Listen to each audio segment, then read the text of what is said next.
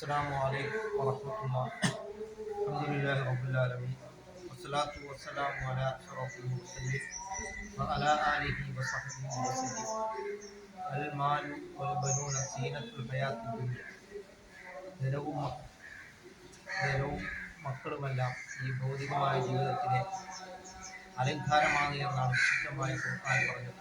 അതുകൊണ്ട് നാം മാതാപിതാക്കളോട് നാം നല്ല രീതിയിൽ നാം പെരുമാറും.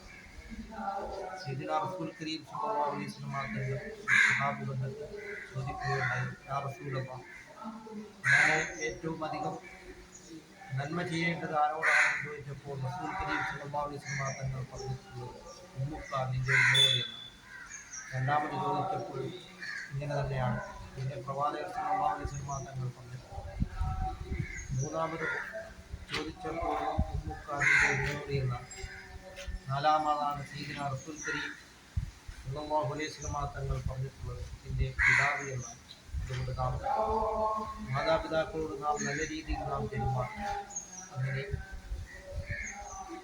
അതുകൊണ്ടാണ് സയ്യിദുനാ റസൂൽ കരീം സല്ലല്ലാഹു അലൈഹി വസല്ലം തങ്ങൾ പറഞ്ഞത്, അതായത് ഖറബുൽ അംലാഖ് മലക്ക് ജിബ്രീൽ അലൈഹിസ്സലാം മൂന്ന് കാര്യങ്ങൾക്ക് വേണ്ടി ദുആ ചെയ്തു. വൃദ്ധരായ മാതാപിതാക്കൾ ഉണ്ടായിട്ട് സ്വർഗപ്രവേശനം എളുപ്പമാക്കാത്തതിന് അവന് അള്ളാഹുവിന്റെ ശാപമുണ്ടാകട്ടെ എന്നാണ് ഖറബുൽ അംലാഖ് മലക്ക് ജിബ്രീൽ അലൈഹിസ്സലാം ദുആ ചെയ്തിട്ടുള്ളത്. അവിടെ സയ്യിദുനാ റസൂൽ കരീം സല്ലല്ലാഹു അലൈഹി വസല്ലം തങ്ങളാണ് ആമീൻ പറഞ്ഞത്. പിന്നെ പ്രവാചകർ സല്ലല്ലാഹു അലൈഹി വസല്ലം തങ്ങൾ ഏതൊരു കാര്യത്തിന് വേണ്ടിയാണ് അവിടുന്ന് ആമീൻ പറഞ്ഞാൽ അത് സ്വീകരിക്കുന്ന കാര്യത്തിൽ യാതൊരു സംശയമില്ല. അതുകൊണ്ട് നാം മാതാപിതാക്കളോട് നാം നല്ല രീതിയിൽ നാം പെരുമാറും.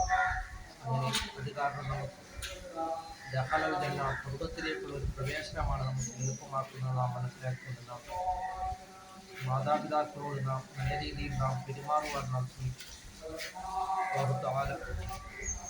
മരണസമയത്ത് ലാ ഇലാഹ ഇല്ലല്ലാഹ് എന്ന് ഉറക്കെ കലിമ ചൊല്ലി മരിക്കുന്നവരിൽ അല്ലാഹു തആല നമ്മളെ ഉൾപ്പെടുത്തുകയും ചെയ്യുമാറാകട്ടെ.